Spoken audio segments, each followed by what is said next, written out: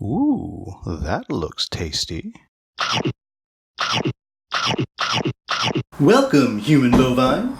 We'd like to congratulate you on your planet's valiant struggle against our invasion. That truly was the bravest, most glorious 42 minutes in the history of your world. Based on your effort, we, the Confederate Alien Overlords, CAO, have reserved a possible position for you in the new regime. To earn that place, you must serve. Participation is mandatory. Welcome, folks. Today, the Hungry Gamer has a review of Fight in a Box Games Processing. Now, this is a game that I did a unboxing of when I was at Origins. That's where I discovered this game, and so I'm very excited to do a review for you now.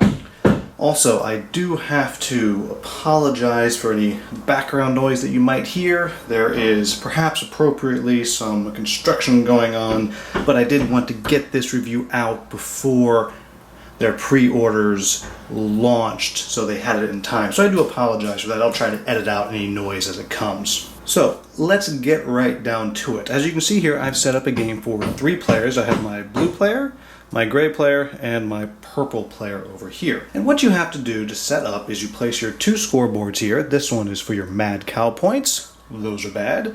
And this is for your actual points. Those are good. Over here I have my carts of either hipsters or cows. See, this one has a cow on it, and the others have hipsters and cows on it. And for those of you that have not seen the unboxing already or have no idea what this game is about, it's pretty simple. The premise is that aliens have won. We got our butts kicked, it's over. And those of us that are still alive have been tasked with working on this panel. And as these carts come cycling by, it's up to all of us to decide what's going to happen to the hipsters and the cows, because those are the only things that the aliens couldn't figure out what they want to do with. And we have 3 choices. We can probe them, process them, or free them. And normally that would seem like, well, what's the big deal? Who cares? But if you think back to the intro, you'll remember that I said that it was a confederacy of aliens that conquered the planet, not just one. And of course, each of these alien races has a different set of proclivities, different things that they like, different things they want to happen to the hipsters and the cows. So for example, you'll see here, the veganators, they want to see the hipsters freed, they want to see the cows freed, and they don't want to see either of them turned into meat, processed. While the tentacle beasts, they just want to probe everything and want nothing freed.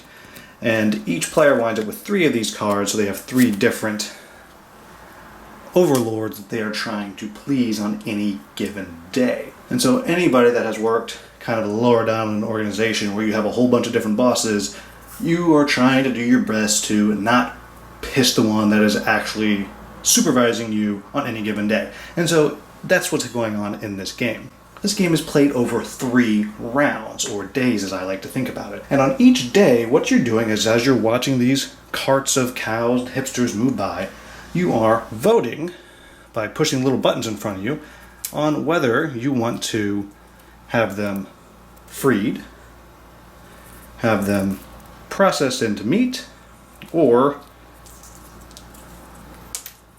probed. And so the game starts, you have 3 of each of these tokens, and I've made a mistake and I've only given 2 of each. Let me fix that really quick. And so what happens is you determine who's going first, and it doesn't matter too much with the exception of it determines the order in which you are voting in each round. And so we'll say that our blue player here is going first. So the first thing that they do is they flip over another card. And you'll see this one here has 2 hipsters on it, and it's already leaning towards being processed into meat. And so that would go out over here. And so what the blue player is going to do is they're going to look at the potential overlords that they could be working for. And while they don't have to choose who they're working for until the end of the round, this kind of gives them an idea of what they might be working for.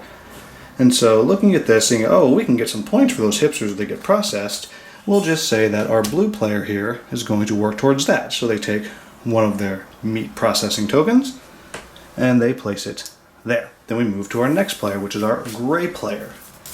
And the gray player will look at what they have, and you'll see the gray player really does not want anything being processed if they decide to work for the Veganators. And we'll just say that we're kind of going to target that. So we'll go ahead and say that they will take a probe action and also place it here.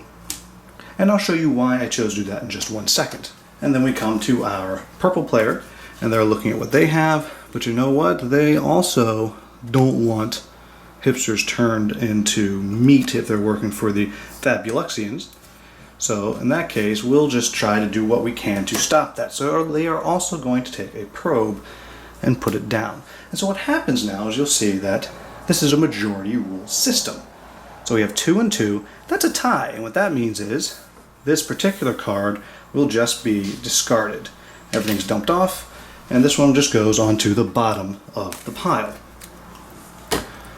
And now we get back to the first player. The first player flips a card, put another one, and we have a cow and 2 hipsters, and that goes out. And you continue on voting, trying to make your way towards getting one of these completed with the most of your star actions. So I'm just going to kind of fast forward a little bit and show you what would have happened if we've gone through all of this. And so let's just say for this very next one that this group of cows and hipsters winds up like this. So we have 2 votes to free, 1 to process, and 1 to probe. Well, the majority rules, so this particular card would be freed.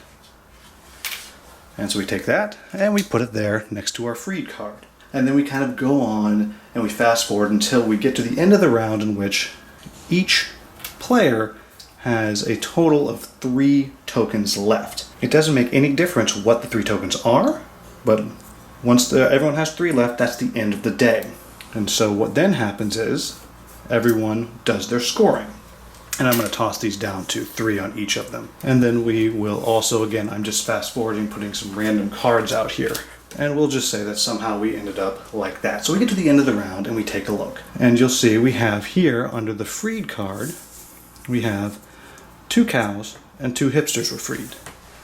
Under the processed, we have 3 cows and 1 hipster.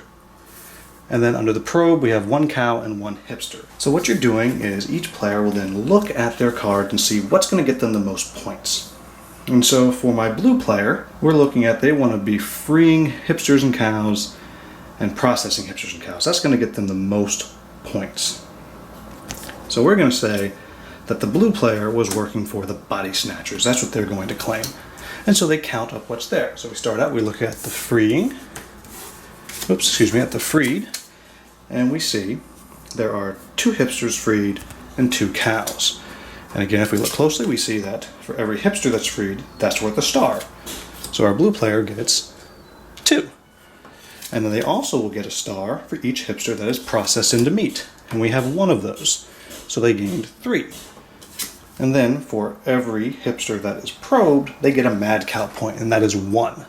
So they wind up with that being their score. And each player gets to choose who they're playing for, and then that card is discarded because they don't get to work for that supervisor again. Then what happens is each player gets 2 more of each token. And now what that does is, though, that means that each player now has a different starting set of tokens, because you keep the leftover 3 tokens that you had before. And then you go through the round again. The other thing that's important to note is you might have some leftover tokens out here on the previous carts of hipsters and cows. And while these over here do get discarded at the end of the round and reset as you go through each round, these over here do not. So even though you might not be able to get a final vote taken on one of these, you can set yourself up for the next round. In the same way you can set yourself up for the next round by figuring out what 3 tokens you want to carry over with. So there's a little bit of gamesmanship there that is not apparent on the surface of this game. And so that's kind of it. That's how this game works, but I will show you how the end of the game scoring goes. So I'm just going to give some random points here. So looking at it, this was our end of the game scoring. You would see that it looks like our blue player is the winner because they have 13 stars here. And then in second place we have purple with 8 stars, and in third place we have gray with 7 stars. But here's the interesting thing about this game. I mentioned these mad cow points, those being bad. And so what happens is, at the end of the game, The player that has the most mad cow points immediately is eliminated. They've pissed off too many of their overlords, and they are now turned into meat. So blue is out. Now, at the same time, I know what you're thinking. Well, what if there's a tie? So let's say we were there. And so again, you would think, oh, well, clearly gray's the winner, but nope, they have the most mad cow points. So you would think, well, if they get eliminated, it goes to the blue player with 14, but they are tied for the most mad cow points. Well, you don't want to make people angry, and both gray and blue would be eliminated, turned into meat, and our lovely purple player gets to not only dine on hipster sausage, but they have also made their new alien overlords the happiest. So that's a very fast and dirty rundown of how this game works. Now, let's just talk quickly about what do I like about this game. And let me tell you, there's a whole bunch to like about this game. I think first off, this is a game that really knows what it is. It's a game that's very tongue-in-cheek. Clearly it's tongue-in-cheek. After you're looking at this, you are dealing with hipsters and cows. Just on the surface, that's kind of wacky, kind of bizarre. And then I'll also point out that this art here, with our hipsters, which, you know, they say, oh yeah, glasses, beard, hat. Well, this actually looks just like the designer, Seppy Yoon, of the game. So right there, he's already kind of poking fun at himself. So I think this is a game that very much is very tongue-in-cheek, it's very fun, it's very slightly off-center. I'll also point out that on each of these cards, at least the ones that come kind of preset with something, each of these hipsters or cows, they have a little bit of a different expression. If you look there, there's a little like, uh-oh, this is not good. While if we look at this cow card that has a probe on it, you'll see it has a little bit of a surprise, like, oh, what's going on? So again, like I said, very tongue-in-cheek, very goofy, very kind of wacky. I'll also point out that the alien overlords that you're working for are all very also tongue-in-cheek. If we take a look here, we have the missionarians, and you can clearly catch the reference of what missionarians we are talking about. Then we have things like just straight up slugs. Or, as I talked about at the beginning, the veganators. Well, the veganators, you'll see, they want to free everything, and they want nothing turned into meat. They don't like that. I like this tongue-in-cheek, fun, goofy off-centeredness of this game. And to go with that, I like the art. I think it's good. I also do enjoy how on each of these cards, down at the bottom, there is a quote that comes from a various sci-fi movie. Some of them I know, some of them I don't, but they all do kind of play on that same genre of game that this is. I like the components. I've already said I like the art, but I also like the components. I mean, the cards are of a fine quality, the art's good, the boards are fine quality, but I really like these tokens here. We actually have a cowpole and a hipster pole. I don't know what you call that, but a hipster meeple and a cow meeple.